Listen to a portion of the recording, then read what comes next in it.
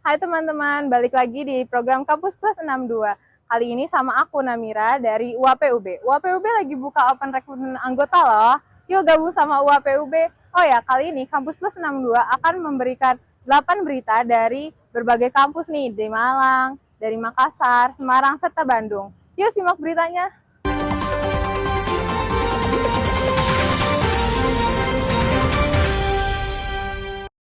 Jumlah arsitek profesional di Indonesia saat ini masih jauh dari cukup. Secara rasio, jumlah arsitek Indonesia di kawasan regional juga masih tertinggal. Hal ini disampaikan oleh Dekan Fakultas Teknik UB, Profesor Hadi Suyono, usai pengukuhan profesi arsitek angkatan pertama. Pengukuhan ini merupakan hasil dari program studi pendidikan profesi arsitek yang digelar oleh Departemen Arsitektur UB. Hadi mengaku gembira dan bersyukur dengan pengukuhan perdana ini, karena menjadi langkah awal bagi hadirnya arsitek profesional yang bersertifikasi. Langkah ini juga merupakan upaya dari pihak fakultas untuk meningkatkan rasio arsitek profesional di tanah air. Alhamdulillah kami bersyukur karena kami sudah menghasilkan lulusan profesi arsitek dan ini adalah bagian dari melengkapi dari kompetensi dari mahasiswa kami dari program sarjana. Jadi dengan adanya profesi arsitek ini, anak-anak kami terutama yang dari program sarjana itu sudah utuh. Dia sudah punya kompetensi minimal dan dasar lah begitu ya, dalam rangka untuk bisa terjun di masyarakat dengan lebih baik. Kemudian berikutnya tentu ini kan mahasiswa kami harus punya, ya mungkin sudah otomatis ya nanti sudah punya istilahnya surat registrasinya, dan itu anak-anak kita sudah bisa melakukan kegiatan keprofesiannya sebagai seorang arsitek. Ya. Bagaimana sih Pak program ini mempersiapkan lulusan untuk kebutuhan industrinya Ya, masa depan? baik. Kita Fakultas Teknik Universitas Brawijaya ini sangat concern sekali dalam rangka untuk menghasilkan engineer dan juga menghasilkan seorang arsitek. Jadi kebutuhan dari engineer dan insinyur dan arsitek ini sangat diperlukan baik di level regional ataupun nasional ataupun secara internasional. Karena itu tadi juga sudah disampaikan, seharusnya kita harus lebih baik lah dari negara-negara tetangga kita, terutama masalah rasio ya. Jadi kebutuhan akan engineer dan juga kebutuhan dari arsitek itu sangat masih luas, masih kita perlukan. Sedangkan pencetak dari engineer dan juga arsitek itu tadi itu tidak banyak di Indonesia. Karena itulah maka ini adalah suatu kebanggaan juga bagi kami dalam rangka untuk membuat utuh dari kompetensi dari mahasiswa kami. Program pendidikan profesi arsitek nantinya secara konsisten akan terus membuka program bagi peserta yang akan mengikuti pendidikan profesi. Melalui kerjasama dengan Ikatan Arsitektur Indonesia sebagai organisasi profesi, diharapkan program studi ini mampu bergerak lebih cepat dan luas.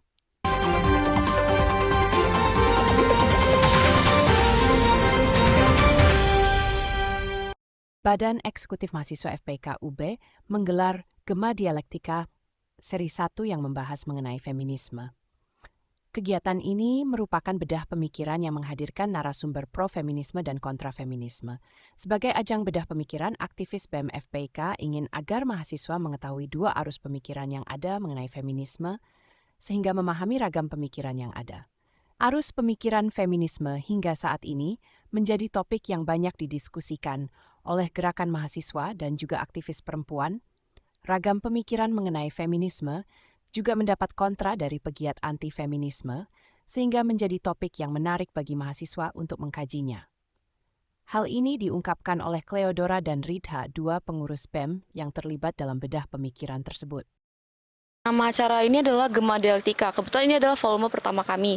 Nah, tema yang kami angkat adalah apakah feminisme sebagai solusi untuk mewujudkan kesetaraan gender. Oke, kalau boleh tahu penyelenggaranya siapa ya Kak? Kalau penyelenggaranya sendiri itu murni dari BEM, FPKUB sendiri dari Kementerian P3, seperti itu. Dan latar belakang digelarnya acara ini tuh apa? Terus targetnya digelar acara ini tuh apa Kak?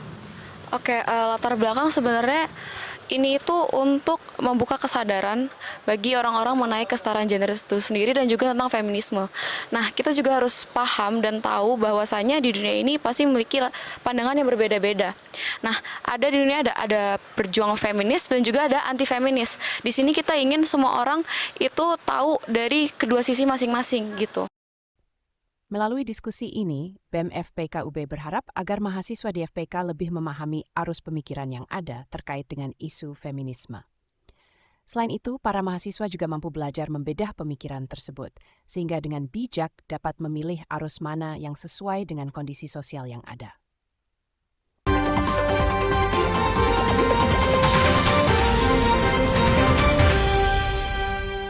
Fakultas Hukum UB terus berupaya meningkatkan kontribusi keilmuannya di level global. Hal ini terwujud dengan terselenggaranya konferensi Human Rights Asia Pasifik di kampus Fakultas Hukum UB pada pekan lalu. Acara ini dibuka dengan sambutan dari Dekan FHUB, Dr. Aneko Widiarto, yang menandai dimulainya rangkaian agenda penting dalam konferensi ini. Dalam pidato pembukaannya, Dr. Aan menyampaikan bahwa konferensi ini merupakan momentum penting bagi Universitas Brawijaya untuk memperkuat peran serta kontribusi dalam pengembangan HAM, baik di tingkat nasional maupun internasional. Dalam kesempatan yang sama, Wakil Dekan 3 Fakultas Hukum, Dr. Muktiono, menjelaskan latar belakang dan tujuan diselenggarakannya acara ini. Selain merupakan agenda rutin para scholars atau ahli di bidang hak asasi manusia dari seluruh dunia, untuk membahas isu-isu terkini terkait dengan HAM, kegiatan ini juga merespon permasalahan yang ada dan memberikan tawaran-tawaran solusi terkait isu-isu tersebut. Agenda hari ini kita adalah opening ceremony oleh Pak Dekan, kemudian dilanjutkan dengan sesi plenary, yaitu oleh salah satu komisioner Komnas HAM, Mbak Anis. Setelah itu kita akan diskusi secara panel di kurang lebih 63 panel oleh seluruh peserta yang jumlahnya kira-kira 350 yang berasal dari 26 negara. Baik, apa sih latar belakang, maksud dan tujuan diselenggarakan acara ini? Acara ini merupakan acara rutin, agenda rutin dari para scholars atau ahli di bidang hak asasi manusia seluruh dunia untuk membicarakan isu-isu terkini terkait dengan hak asasi manusia.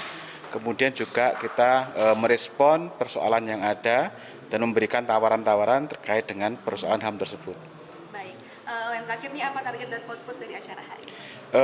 Targetnya adalah kita bisa memberikan sumbangsih dalam pendidikan, penelitian, dan pengajaran hak asasi manusia yang dalam konkretnya outputnya nanti kita bisa wadahi dalam bentuk tulisan-tulisan karya ilmiah yang diterbitkan dalam jurnal-jurnal. Tema besar yang diangkat tahun ini yaitu inovasi dalam kemajuan HAM yang dikaitkan dengan Sustainable Development Goals, khususnya di wilayah Bumian Selatan, menjadi fokus utama diskusi. Dr. Muktiono menyoroti bahwa di wilayah tersebut, pemenuhan hak asasi manusia masih perlu mendapatkan penguatan dibandingkan dengan belahan bumi utara.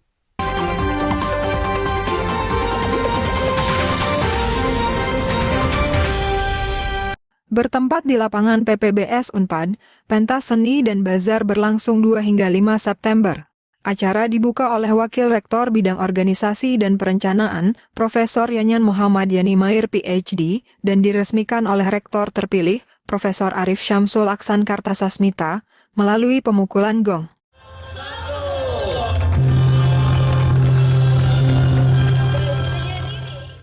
Sejumlah acara disajikan, mulai dari penampilan mahasiswa internasional, lomba Unpad Nyanyi Kamonesan, serta lomba nyanyi solo dan grup kategori mahasiswa dan dosen.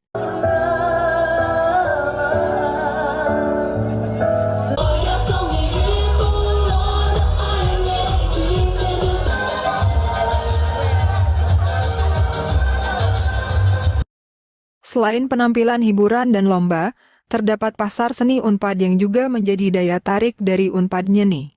Berbagai produk kreatif dan kuliner khas disajikan oleh para peserta bazar yang merupakan perwakilan fakultas dan unit kerja di lingkungan Unpad.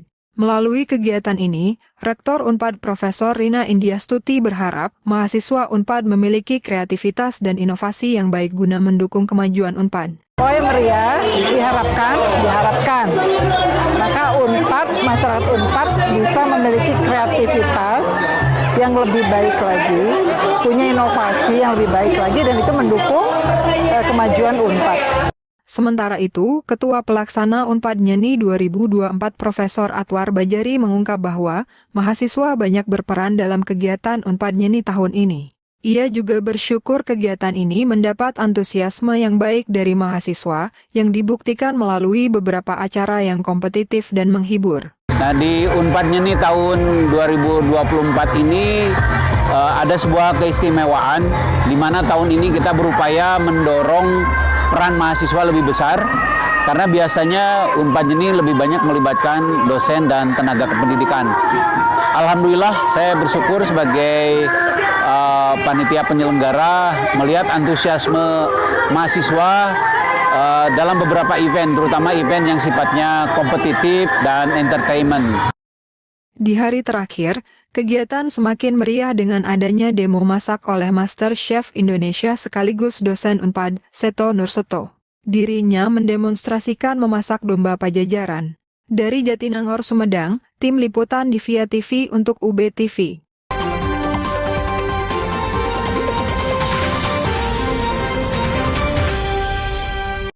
Masa pendaftaran bakal calon gubernur dan wakil gubernur Jawa Tengah 2024 telah usai. Pasangan Andika Hendi menjadi bakal calon pertama yang mendaftarkan diri ke kantor KPU Jawa Tengah yang disusul pasangan Lutfi Yasin di hari 2 pendaftaran.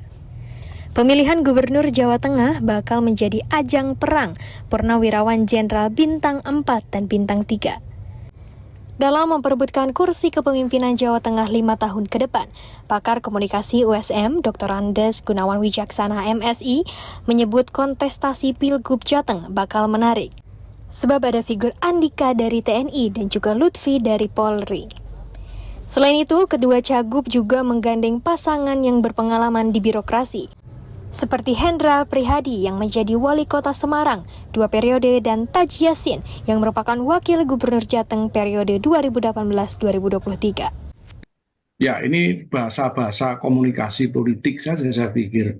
Karena kebetulan dua calonnya itu, yang satu bekas Panglima TNI, yang satu bekas Kapolda, itu ya. Dua-duanya jenderal. Kemudian sebutan-sebutan dalam komunikasi politik itu lalu kemudian disebut perang bintang. Sebetulnya ya mau dikatakan perang bintang apa tidak, sebetulnya menurut saya perang figur akhirnya. Ya menurut saya kalau dua-duanya jenderal saya pikir ini menarik ya. Artinya agak berimbang. Mudah-mudahan saja pemilu kada di Jawa Tengah khususnya ini betul-betul bisa berlangsung secara fair. Menurut Gunawan, dalam kontestasi Pilgub Jateng saat ini, hal yang penting adalah menyampaikan program apa yang akan diangkat, serta bagaimana mengetahui kebutuhan apa yang ada di masyarakat. Siapapun yang menang nanti adalah mereka yang diharapkan oleh masyarakat di Jawa Tengah. Tentunya mestinya para calon itu, apakah itu Pak Lutfi, apakah itu Pak Lutfi dengan pasangannya Gus Yassin, dengan Pak Andika dengan Mas Hendi, itu kemudian bagaimana mereka mampu dengan timnya itu mampu mengetahui kebutuhan aktual dari masyarakat Jawa Tengah. Sehingga kemudian pesan-pesannya itu adalah pesan-pesan yang berkaitan. Dari Semarang, tim liputan USM TV melaporkan untuk UB TV, Divia TV, Unhas TV, Patimura TV.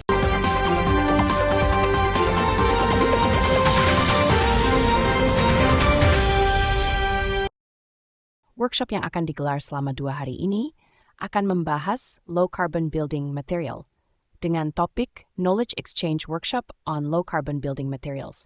Unhas sebagai salah satu perguruan tinggi terkemuka di Indonesia tentu saja memiliki salah satu misi yang penting, yaitu mengawal transisi energi. Dan Murdoch University merupakan salah satu entitas leading di Australia. Workshop ini dianggap sangat penting karena sampai saat ini tidak banyak yang membicarakan tentang low carbon building material atau material-material yang digunakan untuk bangunan-bangunan yang berasal dari material yang memiliki karbon yang rendah. Para ahli dari Universitas Hasanuddin Murdoch University, ahli dari BRIN Universitas Mataram, dan juga beberapa ahli dari dunia usaha dan dunia industri turut hadir dalam workshop ini. yang nantinya akan membahas bukan hanya tentang inovasi, tetapi juga tentang tata kelola regulasi serta tantangan daripada regulasi-regulasi terkait low carbon building material ini di Indonesia. Workshop ini dibuka langsung Wakil Rektor Bidang Inovasi Kewirausahaan dan Bisnis Universitas Hasanuddin, Profesor Dr. Engen Adi Maulana STEMFIL. Dilanjutkan opening speech oleh Consul General Australian Consulate Makassar, Mr. Tud Dias, serta pengenalan singkat tujuan lokakarya oleh Profesor Jacqueline dari Murdoch University. Jadi sebenarnya ini adalah salah satu implementasi dari MOU yang pernah kita tanda tangani tahun lalu dan juga sebagai follow up dari kunjungan Pak Rektor dan rombongan Universitas Hasanuddin ke Murdoch University. Tahun lalu beberapa petinggi dari Murdoch University kemudian datang ke Unhas dan membicarakan tentang apa implementasi dari kerjasama yang kita lakukan atau MOU. Nah, kemudian setelah kami berdiskusi, saya juga membentuk satu tim dari Unhas ya khusus untuk membicarakan bentuk kerjasama yang ada. Kami kemudian tiba pada satu isu yang sangat penting ya dalam situasi dan kondisi sekarang ini, tetapi tidak begitu banyak orang yang kemudian membicarakannya, yaitu tentang low carbon building. Apa maksudnya low carbon building? Kita tahu bersama bahwa isu tentang global warming dan lain sebagainya, ya, isu tentang emisi karbon, ya, itu kan kita selalu berbicara tentang renewable energy.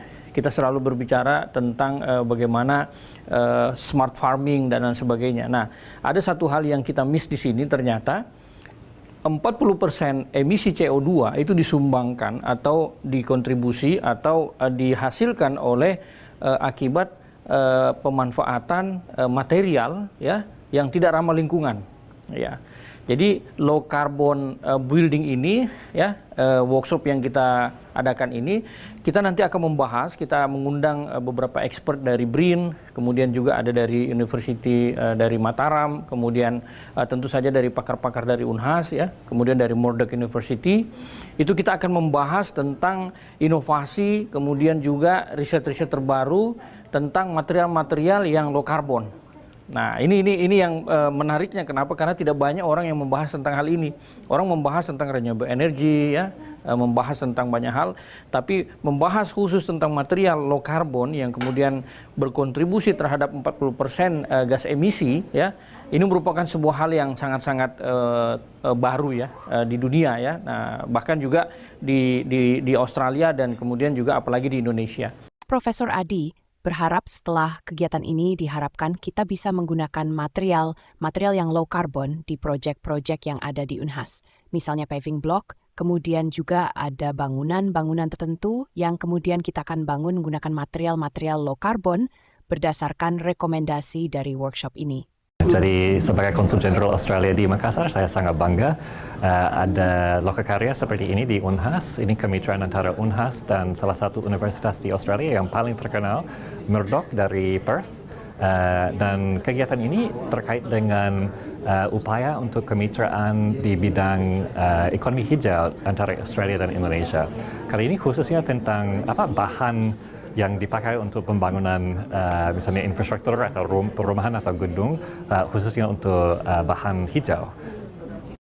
Dalam workshop ini juga akan dilakukan kunjungan ke industri, yaitu Wica Beton dan Kala Beton. Dengan adanya workshop ini diharapkan dapat memberikan kontribusi signifikan untuk penurunan emisi CO2. Karena masih kurang yang mengetahui bahwa building material atau material bangunan berkontribusi terhadap 40% emisi gas CO2. Dan juga diharapkan dengan adanya workshop ini dapat digunakan dan diimplementasikan untuk menurunkan emisi CO2 dari Makassar. Tim Liputan OS TV melaporkan untuk UBTV.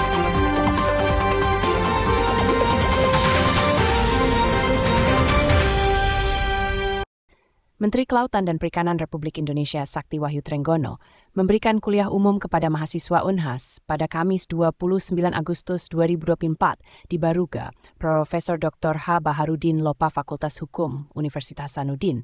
Kuliah umum kali ini mengangkat tema implementasi kebijakan ekonomi biru, mewujudkan keberlanjutan dan kesejahteraan bersama. Rektor Universitas Hasanuddin, Profesor Dr. Insinyur Jamaluddin Jompa MSc. Dalam sambutannya menyampaikan bahwa generasi muda, khususnya mahasiswa Unhas, harus mengambil peran dan menjadi pemain untuk masa depan Indonesia, khususnya dalam bidang kelautan dan perikanan. Sakti Wahyu Trenggono dalam pemaparan materinya menyampaikan beberapa poin penting mengenai implementasi kebijakan ekonomi biru, diantaranya adalah memperluas kawasan konservasi laut, penangkapan ikan terukur berbasis kuota, pengembangan perikanan budidaya di laut, pesisir, dan darat yang berkelanjutan, pengawasan dan pengendalian wilayah pesisir dan pulau-pulau kecil. Dan yang terakhir adalah pembersihan sampah plastik di laut melalui gerakan partisipasi nelayan. Dalam materinya, Sakti Wahyu Trenggono juga menyampaikan bahwa Blue Food dapat menjadi solusi permasalahan pangan dunia. Blue Food adalah pangan yang berasal dari perairan. Blue Food akan menjadi pangan masa depan untuk mengatasi malnutrisi dan kelaparan, serta kesejahteraan masyarakat. Lebih dari 2.500 spesies biota laut dapat dijadikan sumber pangan. Iya, jadi di Kementerian Kelautan dan Perikanan itu sudah punya roadmap ekonomi biru. Tadi Pak Menteri itu sudah sampaikan sebenarnya 5 poin, mungkin saya tidak usah ulangi, bisa dilihat di YouTube. Tetapi Pak Menteri mau kita pemanfaatan sumber daya kelautan dan perikanan itu berbasis ekosistem. Jadi kita memanfaatkan sumber daya kelautan dan perikanan tetapi tetap harus menghitung keberlanjutannya. Jadi ada keseimbangan antara ekologi dan ekonomis. Dan diharapkan UNHAS sebagai salah satu universitas besar, universitas terbaik ya, itu harus ambil peran di dalam mewujudkan konsep cita-cita ekonomi biru ini.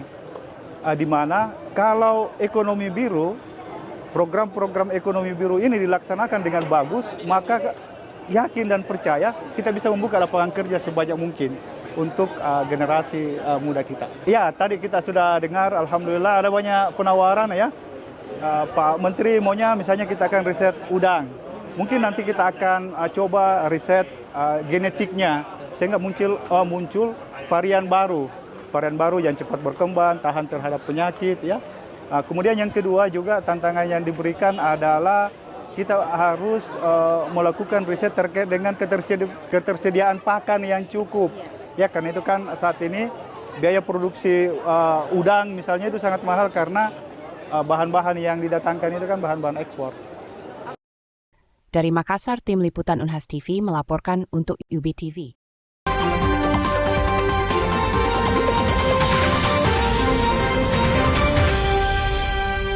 Pameran Universum Mensch Intelligenz merupakan kolaborasi antara Departemen Sastra Jerman Universitas Negeri Malang dengan Bildung Cooperation Deutsch Jerman. Pameran ini berlangsung di Gedung Malang Creative Center.